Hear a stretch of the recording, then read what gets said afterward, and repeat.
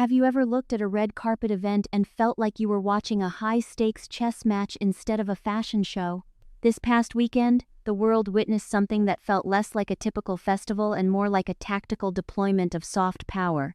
We are talking about the Aurora Global Convergence, a weekend that blurred the lines between high society glamour and serious geopolitical maneuvering. It was, quite frankly, the most fascinating socio-cultural event we've seen in years, and today we're breaking down the intelligence report on what actually happened behind the velvet ropes. It's a perfect example of how culture is the new frontier for strategic influence. On the surface, you had the glitz, the world's biggest pop icons, digital creators, and tech moguls gathered in a single Mediterranean hub. But if you look at the intelligence report on the weekend's activities, the data suggests this wasn't just about the parties.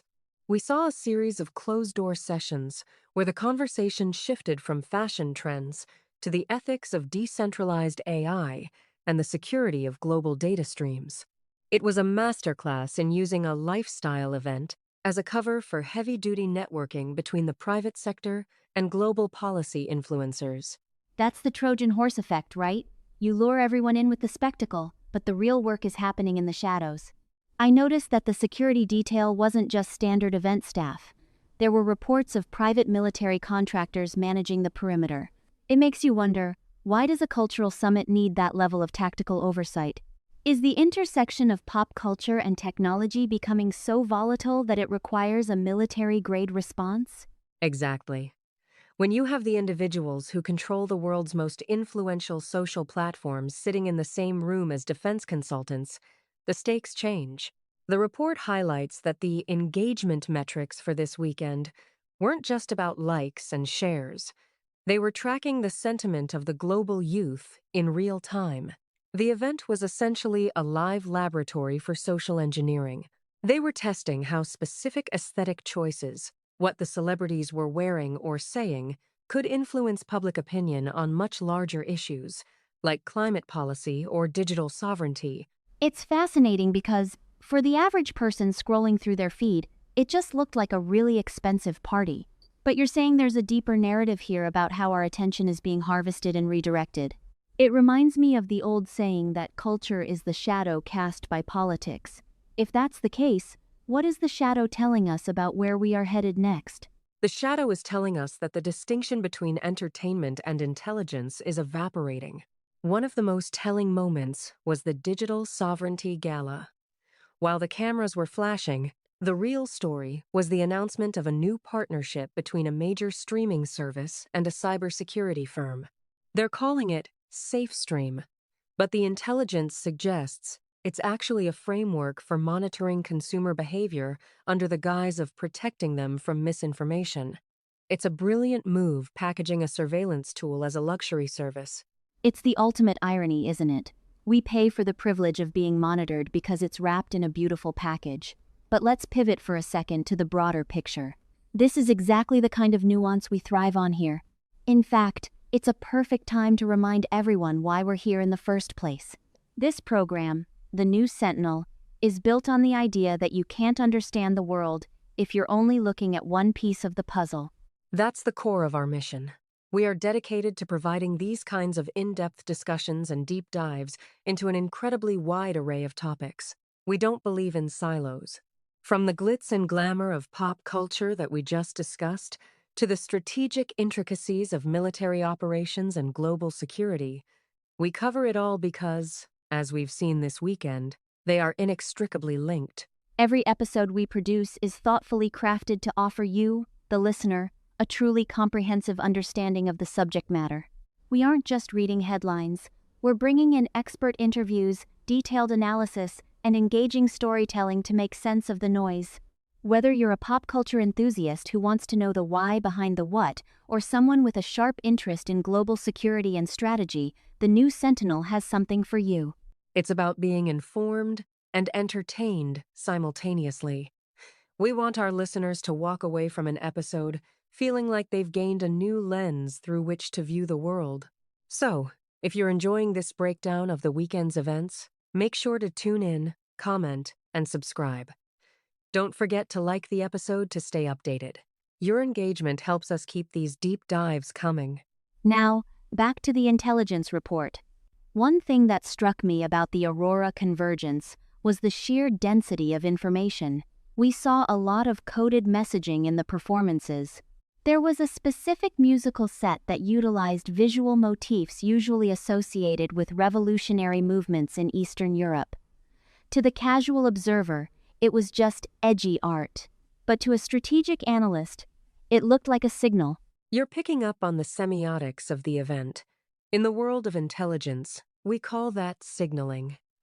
When a high-profile influencer uses specific imagery or language, it can be a way to communicate a shift in allegiance or a new policy direction to those in the know, without alerting the general public.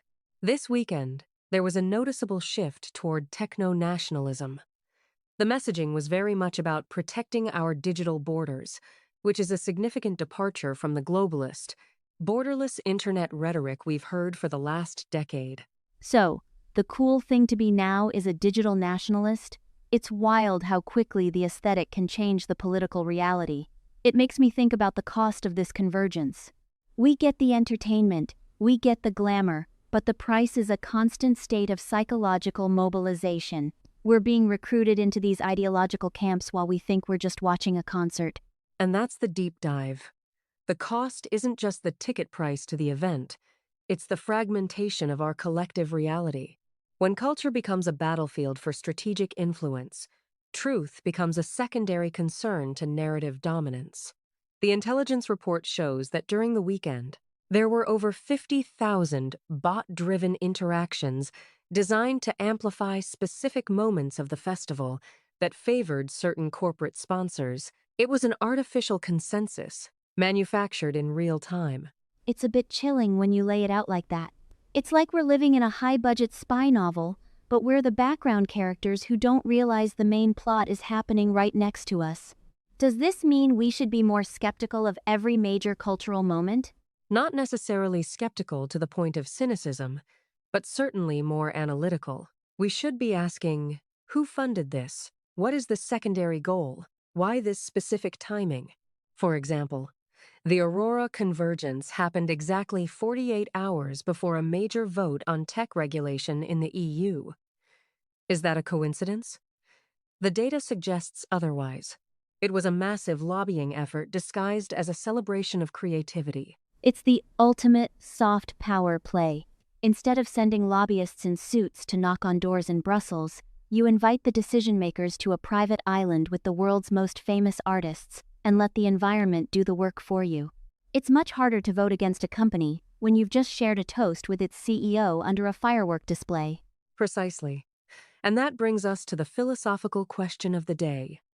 In a world where everything is a strategic operation, does authentic culture even exist anymore?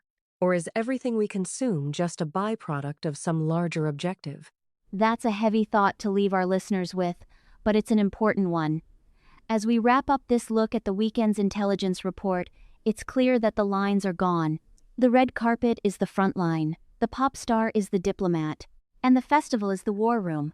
We've seen a shift from bread and circuses to data and deployments. It's a brave new world of engagement. But the more we understand these patterns, the less likely we are to be manipulated by them. Knowledge is the only real defense in an era of total information warfare. We need to keep looking under the hood, even when the car looks like a Ferrari. Well said. This weekend was a wake-up call for anyone paying attention. The Aurora Global Convergence wasn't just a party, it was a preview of the next decade of global influence. We'll be keeping a close eye on how these threads continue to unravel in the coming weeks. There's always more to the story. We've only scratched the surface of the social and strategic ripples this event will cause. From the shifting alliances in the tech world to the new cultural benchmarks set by the elite, the fallout will be visible for a long time. Thank you for joining us for this deep dive. It's been a wild ride through the glitz and the tactics. We hope this has given you something to think about the next time you see a viral moment trending on your phone. There is almost always a strategy behind the spectacle. Stay curious, stay informed, and always look for the signal in the noise. The world is a complex place, but it's a lot more interesting when you know how to read the report between the lines. We'll be back next time to dive into the next big shift, wherever it happens. Until then, keep your eyes on the horizon and your mind open. This is the new Sentinel, signing off. We'll catch you in the next episode.